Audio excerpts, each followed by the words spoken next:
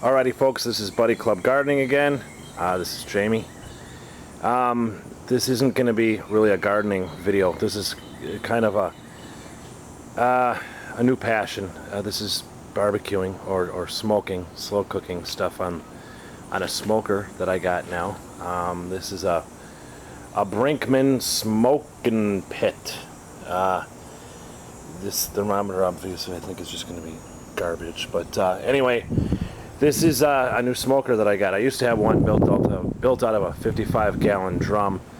To be honest with you, I had never barbecued before properly anyway, and I just built one out of a 55-gallon drum, and after a little while there were a lot of complications with it and things I couldn't modify correctly. So and it was really large, so I decided to just kind of let that thing go and start over. So I have this Brinkmann smoking pit.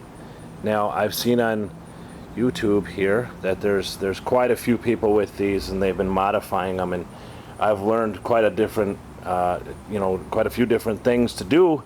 So I'm going to kind of do them and document them and sort of start learning on YouTube and put those things, those videos to share, and hopefully get some solid feedback from a lot of you more experienced folks out there, and possibly some people that are starting along with me can use these ideas that we present here and the things that I'm doing, whether I'm doing them right or wrong. Maybe people can learn from them. So I have a few ideas.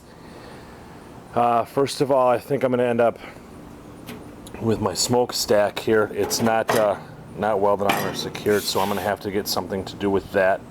Definitely going to have to secure that and seal up some of these gaps in here. The other problem I'm noticing right off the bat is that the cover here, I don't think you can see it, but there's just a real little tack weld there. You'll have to forgive me, I don't have a great camera, but there's just a little tack weld in there. I don't know if it's showing, but a little one that's holding on this whole lid, and I'm quite sure, as a matter of fact, I saw in the store where I got this that the lid had fallen off because it was so cheaply welded. So I'm going to have to try to figure out something to do to cure that. Maybe I'll take it to somebody that can weld this up and see if we can come up with a better way. Don't know why this hole is over here. There's a big hole there, and there. Those will have to be, and there. These will have to be covered up, obviously. So I'm gonna have to figure out how to cover those, probably with some sheet metal or something. I'm gonna have to come up with a way to there's more holes to make a real good seal. I had noticed on the one in the store that there was a large gap here. It kind of went like that. This one seems to be sealed up a whole lot better when I look around the front and the sides.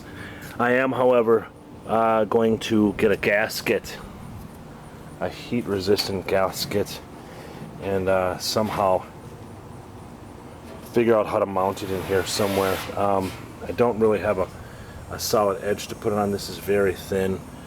Maybe I can put something in here. I'm not sure yet. I'm going to have to look that over. Put something in here perhaps where this metal kind of rolls over. You can see this lip here. Hopefully that's going to work out for me. So I have to figure out, maybe somebody can help me figure out how to make a nice tight air seal here, and then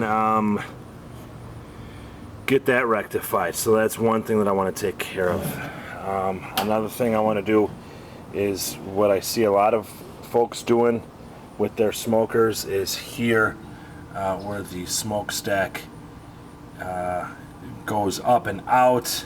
I want to basically put an extension in here. It's going to go kind of like this, so that I'm only about an inch or so away from the cooking grate. So we'll have to see what happens with that and how I can kind of get that to work. I'm going to have to work with an odd angle here, so we'll have to see what goes on with that.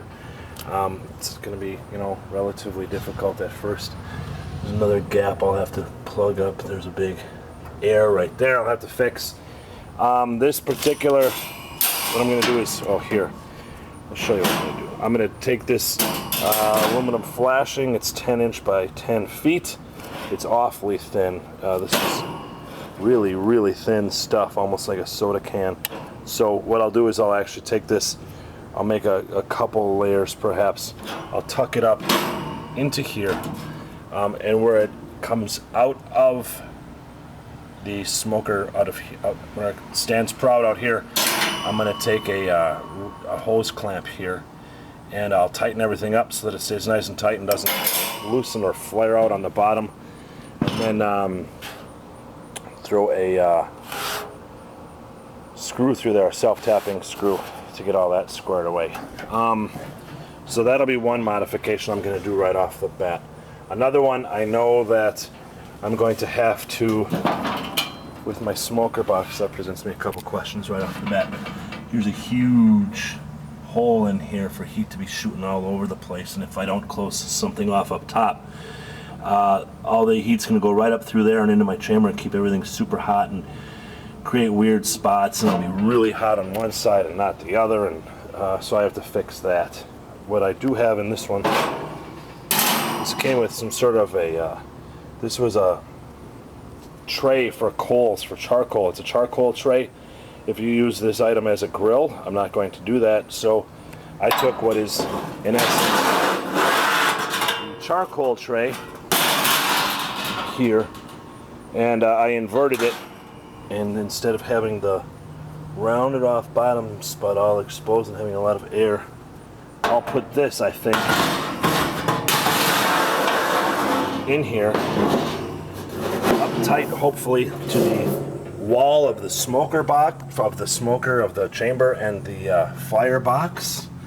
And this is basically going to cut my hole here in half that's between the smoking chamber and the firebox, and then I'll take some flashing that's left over from that roll I just had, and I'll cover this up.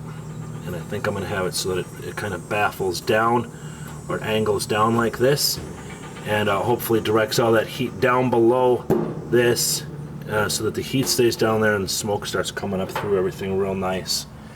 And then runs all the way here to the very end where it's covered up. I've only got about maybe 3 inches of exposed area down there that doesn't have that chamber. So that'll be nice for me.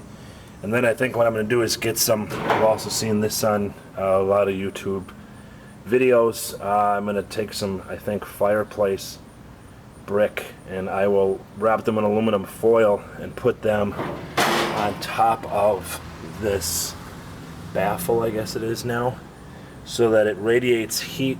It keeps it real even. It keeps it down there, but it lets those heat up and leaves the entire chamber at a more consistent temperature. And then I can use those blocks that are hot to also help me provide heat at a more consistent temperature for longer periods of time. I know that that's one thing we're looking for.